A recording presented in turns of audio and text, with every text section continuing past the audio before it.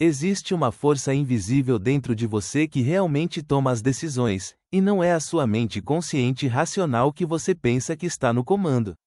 Essa força secreta, que dita seus medos, suas escolhas e até suas reações mais íntimas, é o eco de experiências passadas que a psicologia chama de trauma.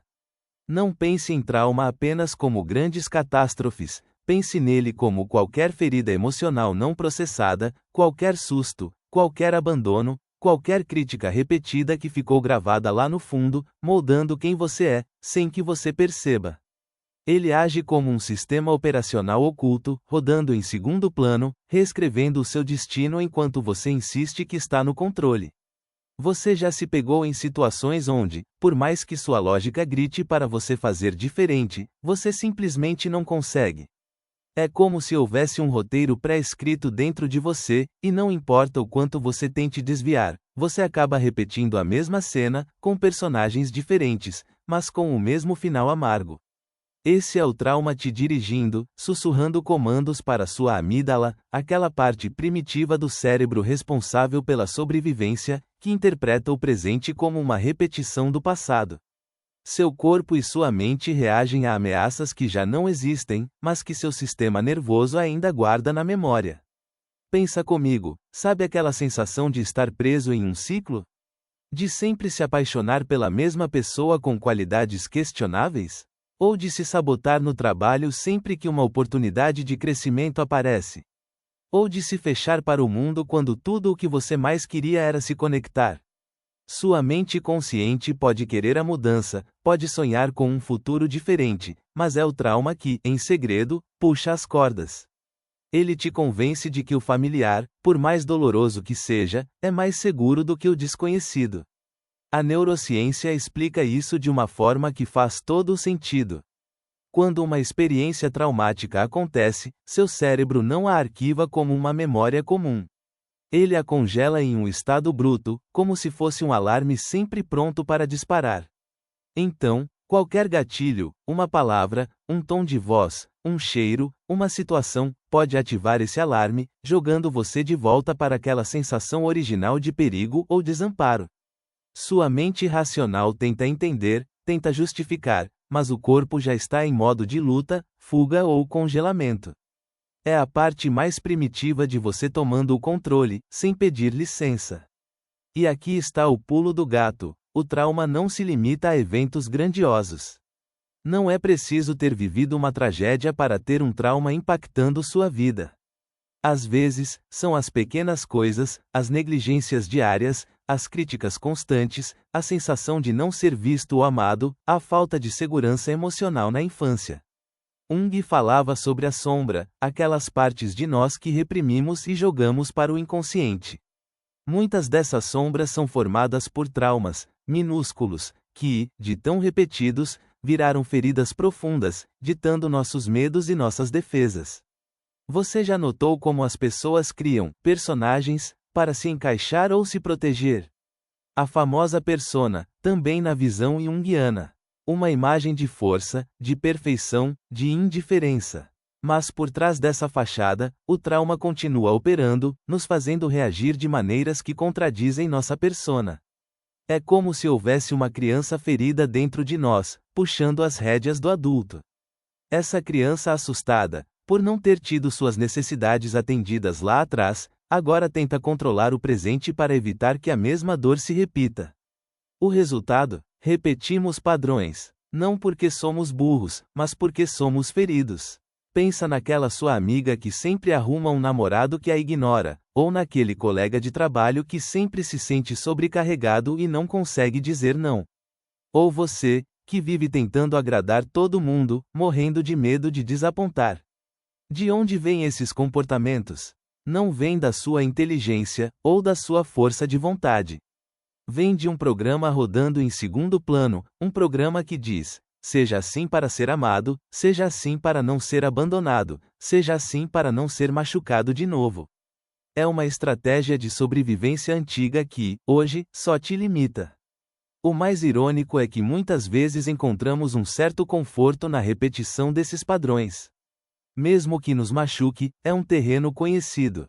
Nosso cérebro, preguiçoso por natureza, prefere o familiar, mesmo que seja disfuncional, ao incerto. É a mesma razão pela qual, por mais que você saiba que aquele hábito te faz mal, é tão difícil largá-lo. O trauma cria trilhas neurais profundas, caminhos que seu cérebro percorre automaticamente, quase sem pensar.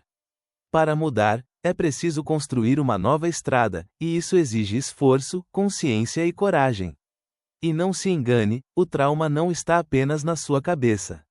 Ele está no seu corpo. Já reparou como o estresse se manifesta fisicamente? Dores de cabeça, tensão nos ombros, problemas digestivos, cansaço crônico. Essas são maneiras do seu corpo gritar o que sua mente tenta silenciar. O corpo guarda a pontuação, como diz a psicanalista Bessel van der Kolk. Ele é o arquivo vivo das suas experiências não resolvidas. É por isso que apenas pensar positivo ou superar muitas vezes não funciona. O corpo precisa ser parte da cura. Você pode até ter a consciência de que está repetindo um padrão. Você diz: dessa vez vai ser diferente. Mas aí, quando menos espera, as velhas reações voltam, a raiva explode, o medo paralisa, a tristeza profunda ressurge do nada. É frustrante, não é? A consciência é o primeiro passo, mas não é o último.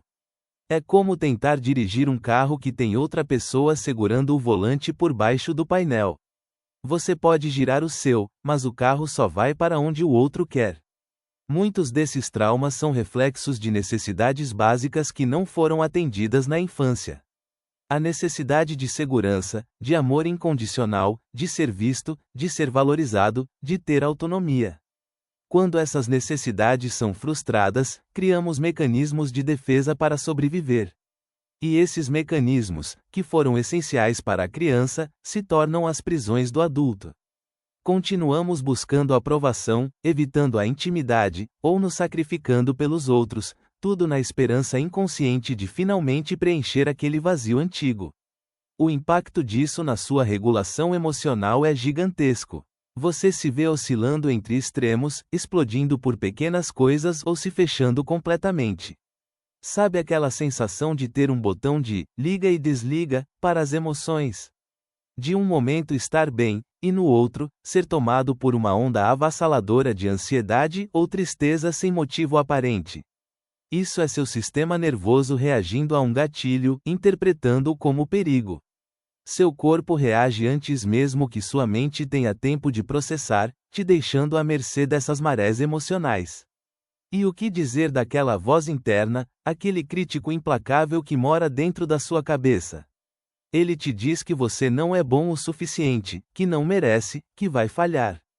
Essa voz, muitas vezes, é a internalização de mensagens negativas que você ouviu no passado, vindas de figuras de autoridade, de pais, de professores.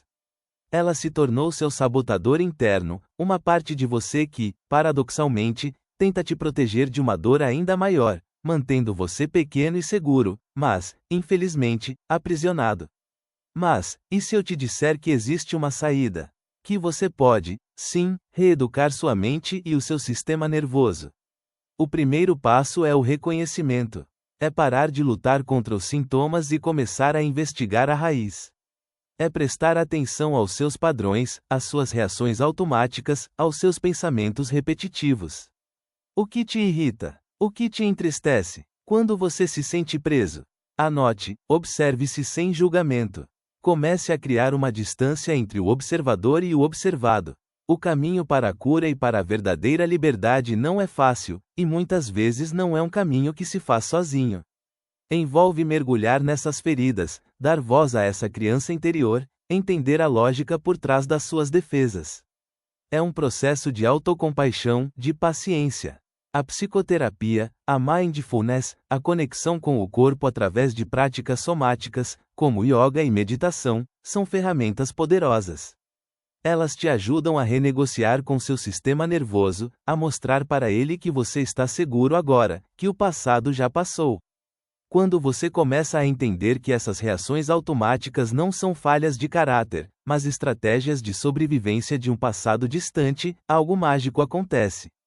Você para de se culpar e começa a se ver com mais compaixão. E é nesse espaço de autocompaixão que a verdadeira mudança floresce. Você não está quebrado, você está ferido. E feridas podem ser curadas. A sua mente pode, sim, te obedecer, mas primeiro, ela precisa ser liberada das amarras invisíveis do seu trauma. E essa é a jornada mais corajosa e libertadora que você pode empreender. É um trabalho de paciência, de se permitir sentir, de desenterrar aquilo que foi escondido. Mas a recompensa? A recompensa é a liberdade de escolher, de amar de verdade, de construir a vida que você realmente quer, sem o fantasma do passado te ditando os passos. É a chance de finalmente, e de verdade, ser o capitão do seu próprio navio.